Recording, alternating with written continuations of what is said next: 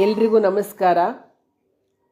ವೇದಗಳಲ್ಲಿ ಉಪಾಸನೆಯ ಬಗ್ಗೆ ಕಳೆದ ಸಂಚಿಕೆಯಲ್ಲಿ ತಿಳಿಸ್ಕೊಟ್ಟಿದ್ದೆ ನಾನು.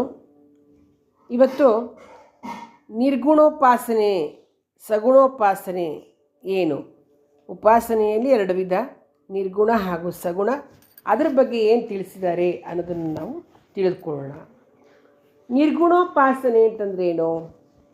ಶಬ್ದ, ಸ್ಪರ್ಶ, ರೂಪ, ರಸ, ಗಂಧ, ಸಂಯೋಗ, ವಿಯೋಗ ಇವೆಲ್ಲ ಗುಣಗಳಿಂದ ರಹಿತನಾಗಿರ್ತಕ್ಕಂತಹ ಪರಮಾತ್ಮನನ್ನು, ಜನ್ಮ ಮರಣ ವಿದ್ಯೆ ಅವಿದ್ಯೆ ಲಘು ಗುರು ಈ ರೀತಿಯ ದುಃಖ ಮುಂತಾದ ಯಾವುದೇ ಗುಣ ಇಲ್ಲ, ಆ ಗುಣಗಳ ರಹಿತನಾಗಿರ್ತಕ್ಕಂಥ ಪರಮಾತ್ಮನನ್ನು ತಿಳಿದು ಅವನನ್ನು ಉಪಾಸಿಸಬೇಕು. ಅಂದರೆ ರೂಪ ಇಲ್ಲ, ಅವನಿಗೆ ಯಾವುದೂ ಇಲ್ಲ, ಅಂತಹ ಭಗವಂತನನ್ನು ಉಪಾಸನೆ ಮಾಡ್ತಕ್ಕಂಥದ್ದಕ್ಕೆ ನಿರ್ಗುಣೋಪಾಸನೆ ಅಂತ ಕರೀತಾರೆ.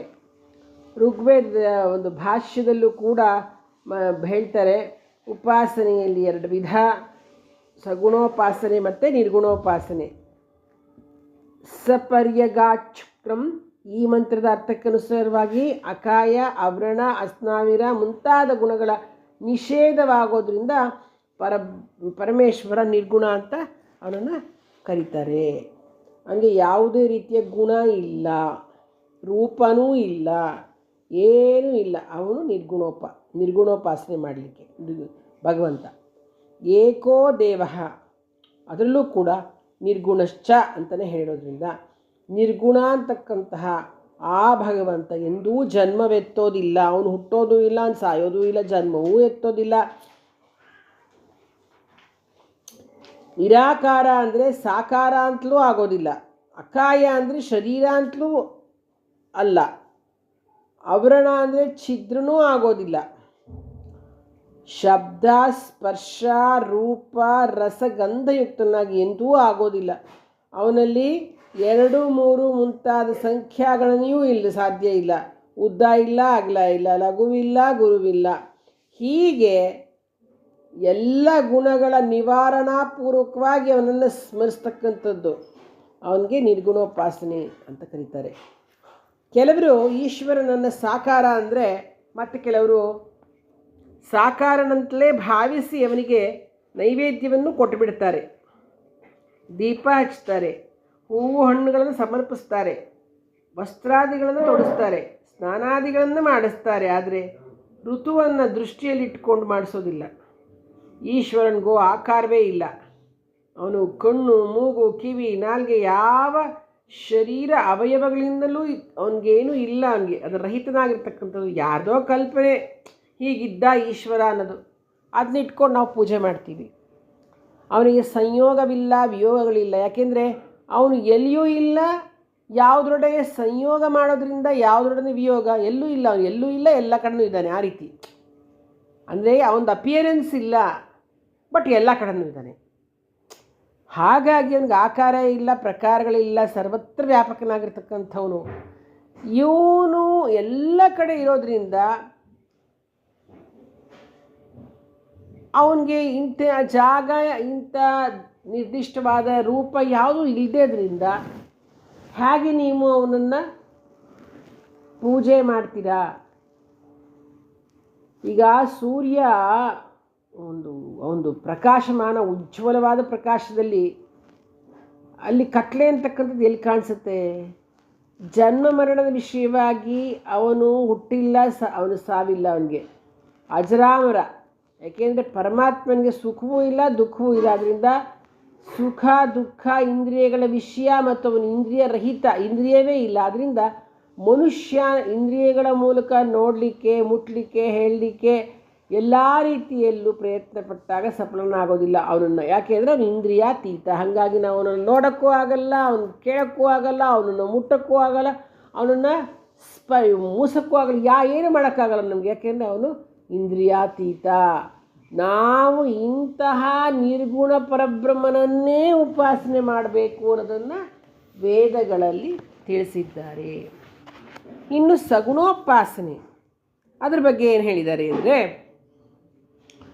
ಭಗವಂತ ಸರ್ವಜ್ಞ, ಸರ್ವಶಕ್ತಿವಂತ, ಶುದ್ಧ, ನಿತ್ಯ, ಆನಂದ, ಸರ್ವವ್ಯಾಪಕ, ಏಕ, ಸನಾತನ, ಸರ್ವಕರ್ತೃ, ಸರ್ವಾಧಾರ, ಸರ್ವನಿಯಂತ, ಸರ್ವಾಂತರ್ಯಾಮಿ. ಹೀಗೆ ಅವನನ್ನು ಇಷ್ಟು ಹೇಳ್ತಾರೆ. ಎಲ್ಲ ಇಡೀ ವಿಶ್ವವನ್ನೇ ರಚಿಸ್ತಕ್ಕಂಥವನು ಭಗವಂತ, ನ್ಯಾಯ ಕೊಡ್ತಕ್ಕಂಥವನು ಭಗವಂತ, ದಯಾಳು ಭಗವಂತ, ಸತ್ವಗುಣಯುಕ್ತ ಭಗವಂತ ಅಂತ ನಾವು ಈಶ್ವರನನ್ನು ಉಪಾಸನೆ ಮಾಡ್ತಕ್ಕಂಥದ್ದು, ಅದನ್ನು ಸಗುಣೋಪಾಸನೆ ಅಂತ ಕರೆಯೋದು. ನೀನೇ ಎಲ್ಲಪ್ಪ, ನೀನೇ ಸರ್ವಜ್ಞ ಕಣಪ್ಪ, ನಿನ್ನಿಂದಲೇ ಆನಂದ, ನೀನೇ ನಿತ್ಯ, ನೀನೇ ಶುದ್ಧ, ನೀನೇ ಸತ್ಯ ಅಂತ ಅವನನ್ನು, ಆ ಭಗವಂತನನ್ನು ಎಲ್ಲವೂ ನೀನೇ ಅನ್ನಂತ ಏನು ಹೇಳಿ ನಾವು ಉಪಾಸನೆ ಮಾಡ್ತೀವೋ ಅದನ್ನು ಸಗುಣೋಪಾಸನೆ ಅಂತ ಕರೀತಾರೆ. ಸಪರ್ಯಗಾಚ್ಛುಕ್ರಮಕಾಯ ಮವ್ರಣಮಸ್ನಾವಿರಂ ಶುದ್ಧಮಪಾಪವಿದ್ಧಂ ಕವಿರ್ಮನೀಷಿ ಪರಿಭೂಃ ಸ್ವಯಂಭೂ ಯಾಥಾ ತತ್ಯತೋರ್ಥಾನ್ ವ್ಯದಧಾಚ್ಛಾಶ್ವತೀಭ್ಯ ಸಮಾಭ್ಯ ಅಂತ. ಅಲ್ಲಿ ಸಪರ್ಯಗಾತ್ ಅಂದರೆ ಶುಕ್ರ ಅಂದರೆ ಜಗತ್ತನ್ನು ರಚಿಸ್ತಕ್ಕಂತಹ ವೀರ್ಯವಂತನಾದ ಶುದ್ಧ ಕವಿ, ಮನೀಷಿ, ಪರಿಭೂ, ಸ್ವಯಂಭೂ ಮುಂತಾದ ಗುಣಗಳಿಂದ ಕೂಡಿರ್ತಕ್ಕಂತಹ ಪರಮೇಶ್ವರ ಸಗುಣ ಅಂತ. ಏಕೋ ದೇವ ಅಂದರೆ ಒಬ್ಬನೇ ದೇವ ಇತ್ಯಾದಿ ಗುಣಗಳಿಂದ ಸಹಿತನಾಗಿರೋದ್ರಿಂದ ಪರಮೇಶ್ವರ ಸಗುಣ. ಮತ್ತು ಈಶ್ವರ ಸರ್ವಜ್ಞ, ಎಲ್ಲ ತಿಳಿದುಕೊಂಡಿದ್ದಾನೆ, ಸರ್ವಶಕ್ತಿಮಾನವನು, ಅವನು ಶುದ್ಧ, ಸನಾತನ, ನ್ಯಾಯಕಾರಿ, ದಯಾಳು, ಸರ್ವವ್ಯಾಪಕ, ಸರ್ವಾಧಾರ. ಈ ರೀತಿ ಸತ್ಯ ಗುಣಗಳ ಒಂದು ಉಪಾಸನೆಯನ್ನು ಮಾಡ್ತೇವಲ್ಲ, ಅದನ್ನು ಸಗುಣೋಪಾಸನೆ ಅಂತ ಕರೀತಾರೆ. ಅಜ್ಞಾನಿಯಾಗಿರ್ತಕ್ಕಂಥ ಮನುಷ್ಯ ಈಶ್ವರನು ದೇಹಧಾರಣ ಮಾಡಿದರೆ ಸಗುಣ ಅಂತ ಅಂದ್ಕೊಂಡು ದೇಹ ತ್ಯಾಗ ಮಾಡಿದರೆ ನಿರ್ಗುಣ ಉಪಾಸನೆ ಅಂತ ಅಂದ್ಕೊಂಡ್ಬಿಟ್ಟಿದ್ದಾನೆ. ಹಾಗಲ್ಲ.